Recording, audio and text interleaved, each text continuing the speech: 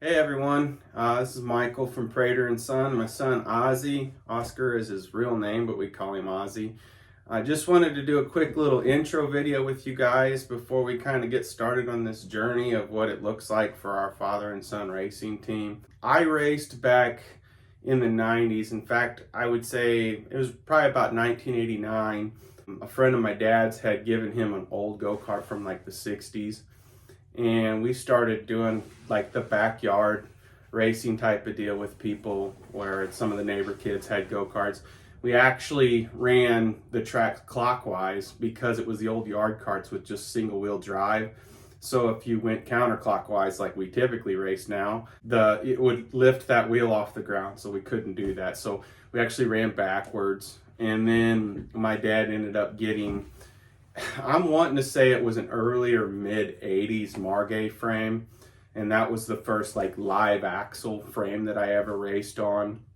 And eventually we ended up starting to go down and race in Belle Rive, Illinois at Belle Rive Speedway, which is still in existence. That track's been there for over 40 years now. So that would have been probably around 92, 93 that we started doing that. Had a lot of fun as a kid. My little sister was racing at that time. I was number 72. She was 00. And we went and did that for a while. And then in the mid 90s, probably 94, 95, my dad took over Beaver Creek Speedway in Greenville, Illinois. And that became our home track. We still occasionally went and raced at Belle Rive, and actually ended up racing all over the place. Pea Ridge, Arkansas. Got to run the Tulsa Shootout a couple of times. And I had a relatively good amount of success running at Beaver Creek Speedway. That's where I got my first championship. I'm wanting to say that was in 1995. So for me, I did this for a long time. I quit racing in 2001. Just some things happened that kind of sparked my interest to bring me back to it.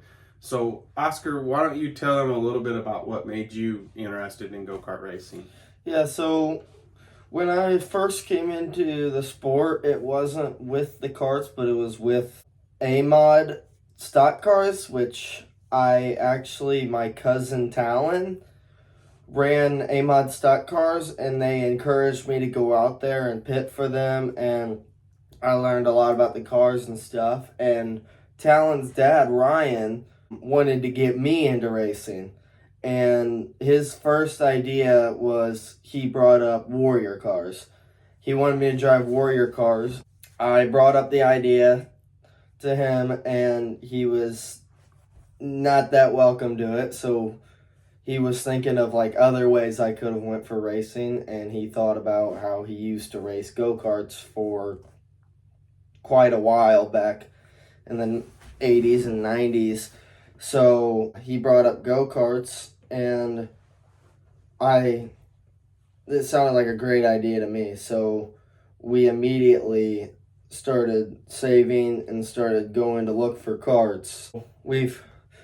That was actually trial and error. We found this good kart, and it was a slack pursuit. Yeah. And it was all good and stuff. We got it scheduled to go get it and stuff, and then right before we were going to go get it, he sold it off. That was one of our fails when it came to getting a kart, but then we found this Phantom Triton. The 2015. Yeah, the 2015 Phantom Triton, and really good deal. Had a bunch of stuff with it, had gears, everything. So we got in contact with the dude. Long story short, we ended up picking it up. It worked out.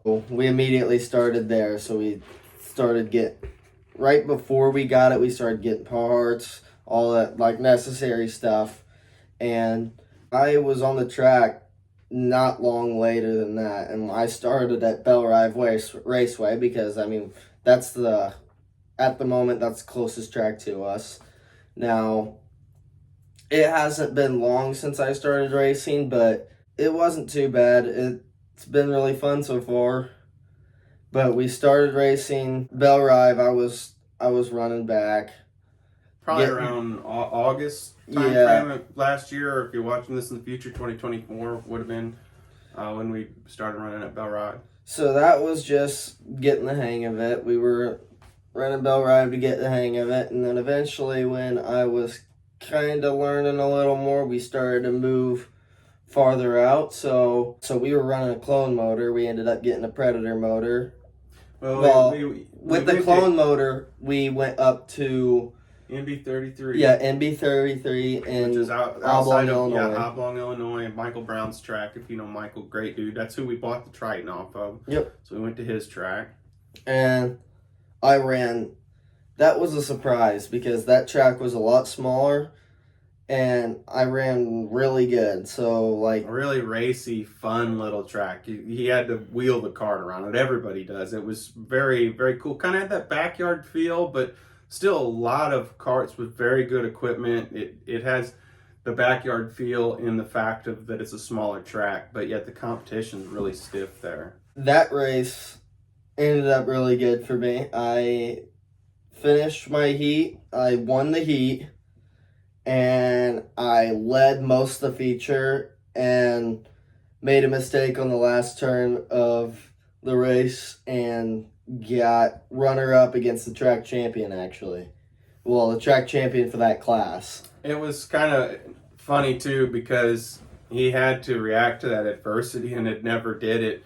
And he got passed coming out of turn 2, and they went through 3 and 4, and it was white flag lap. He comes down to turn 1 again and just broadsides that kid so hard. I mean, banks him, but the kid held on to it, and then he dropped back. No harm, no foul. But it was a good learning experience for him because I'm like, dude, you can't drive the cart in that hard when someone has a line. I mean, he just cleaned his clock. You got to think that was like my third or fourth race ever. Yeah, So I mean, he was like, oh, I need to get that spot back, which he had time. Had he set him up a little better, maybe in 3 and 4, he could have got him coming for the checkered flag. But great learning experience for him.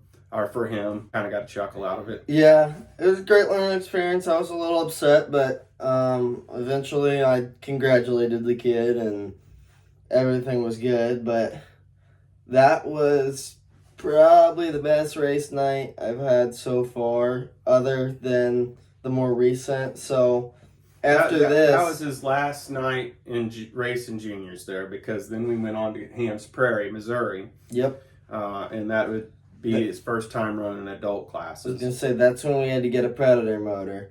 Now, No, we ran the first night in Hams. We ran that Todd Miller motor because we had Talon, who drove the stock car. The A-Mod is still A-Mod driver. We had him and Oscar both run that first night. Yeah, so he ran my cart. So he came down with us, and he ran my cart. And which was a crazy night, or a crazy day. It was a day race because we ran them in 2 different weight classes, and they were fairly close together, so we were pulling weight on and off the cart. I bit off more than I could chew on that. That was my fault the way that day went. I thought that we could pull that off, and it was a little too much. It didn't really end well either, so we were running my clone motor. I think I ran back the whole race, and then Talon, he ran back too, but he was really driving it out. And yeah, he had was 9 in the class, and he had made it up to 7th, so he was starting to pick people off. We finally hit the tires right because we're really still learning on tires. We've had a lot of help from Micheal Stats from Firewater. They're one of our sponsors, Firewater Motorsports. So we had a lot of help, and we're slowly kind of learning his program. And that night, by the time we get to Talon's feature, we had it figured out, and he was picking people off. And as soon as he started picking people off, that's when the motor blew. And it didn't blow, but it locked up, and it's still locked up. We still haven't got it dealt with. So the second time we went to Hams Prairie, we came with a Predator motor that we got off of. It was Joey Burks. Off of Joey Burks. And that was a rush, which we just recently realized that there was no reason for it. But so we got that Predator motor, and it still had, from what we knew, it still had a governor. We were at the track, and we did not have enough time to remove the governor. So Tyler Hagar, he's a motor builder over there, and he's out of maybe Fulton. He's in Missouri somewhere. Yeah, but he helped us out, and he helped us to bypass that governor. Just pin the governor open. Yep. And that day was a rough day because I think it was my heat race that I was going in. I did practice laps, so I did okay on practice laps, and then we came up to my heat, and maybe like mid-race, what we're thinking is that motor vapor locked. And yeah, we didn't have the cap wasn't drilled out. We didn't have the back vent opened on it because I'm learning. I didn't know nothing about these Predator motors. Yeah, but we vapor locked, and when my motor stopped, I pulled up to the top of the track, and the person behind me, which was about to lap me, had to make a decision to go below me or above me, and went up top and ran over my left rear. Right rear. Right rear, and ramped over the back of my cart and flipped 3 times. Yeah, it was a real split second move, and I think it was John Rupert and Tyler Hagar, and they were racing for the lead. And I think John had just passed Tyler. They're coming out on the straight. They don't realize that Oscar's not under power, and as he's moving up to the top of the track, they're going into the corner, and they're racing hard. They're right there on top of each other, and just split decision decided to go high side on him because they didn't know he wasn't under power. And when John hit him, he flipped 3 times. It ended up breaking John's neck, and thank God John is okay. And I understand he's back racing. Great dude. Here, guy, you see, Oscar shook up because, he was seriously injured. And the next day, John is messaging to make sure Oscar's okay. That's how good of a guy that John Rupert is. And great guy. Just unfortunate circumstance, but that was his first, wreck. And yeah, twisted up the Nerf bar, bent a spindle, destroyed the body. So, but fortunately, he didn't have a scratch on him. I have video of it, but I won't share that with anyone because that was given to me in confidence. But you can see that cart clears Oscar's head. It goes clean over Oscar's head and then just nosedives. So that was a scary moment for us. And then also it was just silly for us to learn that motor just vapor locks. So you learn as you go. I've been out of it so long, so I'd call myself as much of a noob as I would call him. He's a noob driver. I'm a noob pit crew guy, trying to learn how to do all this stuff again. When we ran flathead motors, Briggs 5-horse flat heads. Now you got none of the new stuff. Yeah, there's so many different motors now that they run now with the L206s, the clone motors. You have the crate go-kart 212s. You got the Predator 212s. Then you got the Run Right You Brung, and so trying to figure all that out. But yeah, that was his first adversity on the track. We ended up, after that, it took us a while to get everything back together, and thanks to the sponsors that we've got, which also, while I'm mentioning sponsors, please always check down in the bottom of our comments. I list the sponsors there, and if you can... Yeah, the sponsors will be in the description, and... Yeah, if you can, if you're local to us, please support. Most of them are local. Or if it's someone like Firewater or Franklin Ash Designs, please support those businesses because they help out small-time racing guys like us. They have great products, too. Yep. Firewater has these tire preps like Dragon Breath and stuff, which is his own thing. We've found great success in it. And yeah, his Burris Bite, if you run Burris Bite it's awesome. I think it's better than black sand, and that's a lot of the dark sandy tracks around here. When we ran an MB33, that prep was unbelievable how well it worked, and that's all we used. We just used that all night, just wiped twice in between races and went. But back on to kind of his racing adventure. We got to race this year for the first time at Flickerwood Arena near Sykeston. I can't remember the actual town it is. That was February 8th. Mm-hmm. So tell us a little bit about how that race went for you. So we ran Predator there. And that was governed Predator, so we had to run a different motor with a governor in it. Before we get to that, we were looking at the Predator motors because we had our Predator motor that vapor locked, and then we bought 2 more at Harbor Freight because they were on a big deal. Christmas time, they do a $99 sale. I think they're actually coming up with one here in about a week. They're doing that again. So if you're looking to get it in a Predator race and cheap, you can't beat that. From $200 to get a couple motors. But yeah, we were messing with that motor that vapor locked and stuff, and we realized that the governor wasn't even in it. Yeah. It was... So, Tyler, if you're watching this, I'm sorry that we rushed you to pin that governor open, but the actual internal governor wasn't even in that motor, which is fine. It was legal to the rules. So that, you know, at Hams, they don't run governors. So, but it's just funny that we went through all the trouble, and I was like, well, we got to get the governor out of this motor, pull the case off. Yeah, no governor in there, so it is what it is. That kind of stuff happens. Okay, but fast forward back to February 8th. We headed up to Flickerwood Arena, which is also called Sykeston Arena. They have 2 different names, but so we went up there with one of our new Predators, and new body, new Nerf bars, new spindles, everything that was broke from Hams Prairie we had fixed up. We're finally ready to get back out there after the wreck. And so we did practice laps, ran pretty good. Interesting track.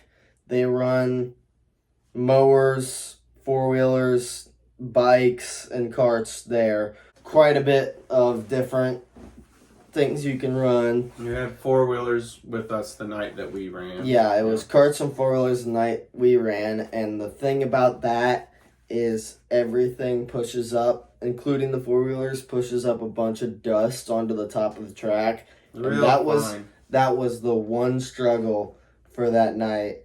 So, you were running good if you were running the prep line and staying low on the curves. If you get out at all, it's single groove for sure. If you get out at all, you're sliding. As long as I stayed in that prep line for practice laps and my heat, they were both pretty good. I can't remember where I finished in my heat, but near the back. But I mean, he drew a high pill and started in the back, stayed back there. Just as soon as he'd get in the marbles, you know, he would be fishtailing. And I think we had the cart a little loose too at first. We ended up pulling the left rear end to tighten it up. Yeah, at the feature, we tightened it up a ton because that's what I wanted. By the time we had the feature was an absolute demo derby. It was dodging everything you can. Yeah, it was typical Predator race. If you can survive, you might be decent. So I managed. There was a ton of cautions and a ton of wrecks, and there was a black flag, but I think I ended up 4th. He almost had 3rd. He got past in between 3 and 4 at the apex of the turn. Guy got into him. I mean, whatever. It wasn't that bad of a deal, but got into him a little bit and passed him coming for the checkered flag, and he ended up 4th. So he survived the race. Say, I went from 7th to 4th, but at the same time, 2 guys pulled off and 1 guy got black flagged, so... He went from 8th to 4th. 8th to 4th, yeah. He just started last row outside in the feature, but... Good experience for him. By the feature, when he was in the prep line, we had those burst tires working really good with the firewater on them. We were running Dragon's Breath, a little bit of the Dragon Whiz, and it just worked great. It was really chilly in there, so I think we would have been better if we would have been on Maxxis White. Paul Rainey was running Maxxis White, and he was way faster than everybody else. And Paul's a great driver and really, really knows tires well. He was a good help for us. And he helped us out a lot. And Bo Johnston helped us out a lot too with just trying to get the motors idle and all that set up. Just, we're really new. So to have people with the track that jump in and help you out is really, really awesome. So yeah.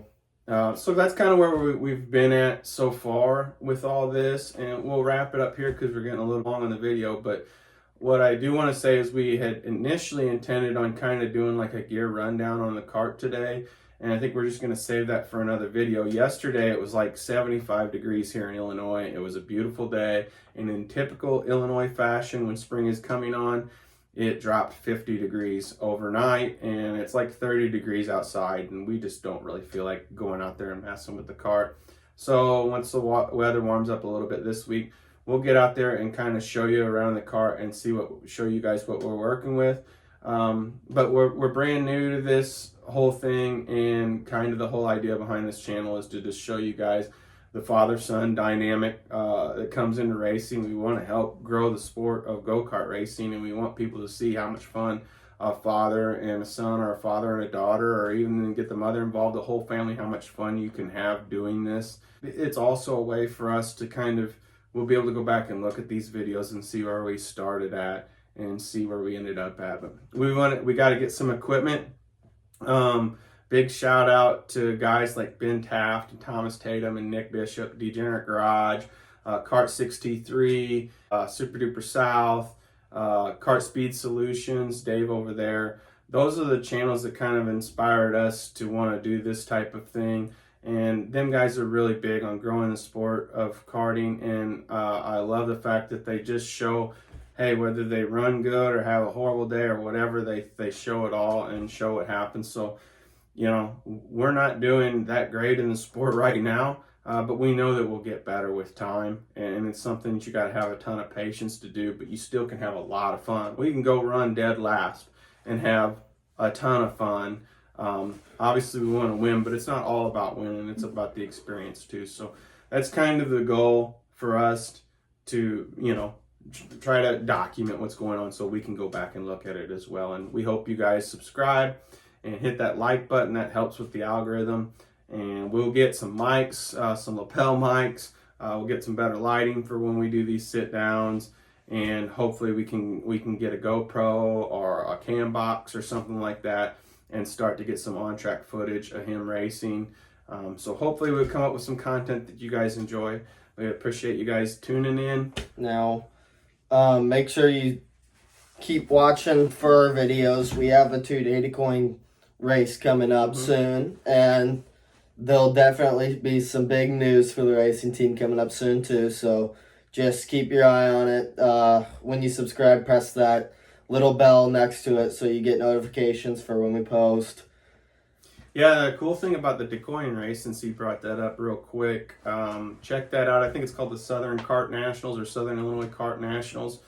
You can check that out on Facebook. But Talon Beard, who got him started, his brother Trent runs, and I think Talon is going to run one day on Trent's other kart, and James Beard is going to run too. So Beard Motorsports is one of our sponsors and teammates of ours. I don't know if you know Paul Bowen, but I understand that he's probably going to come run it at DuQuoin there. I would expect to see, you know, the Lakitis stable there with Paul Rainey and them guys, and there'll be some great racers there. So make sure if you're in the area or close to Illinois, Southern Illinois, DuQuoin, Illinois, that you guys come out.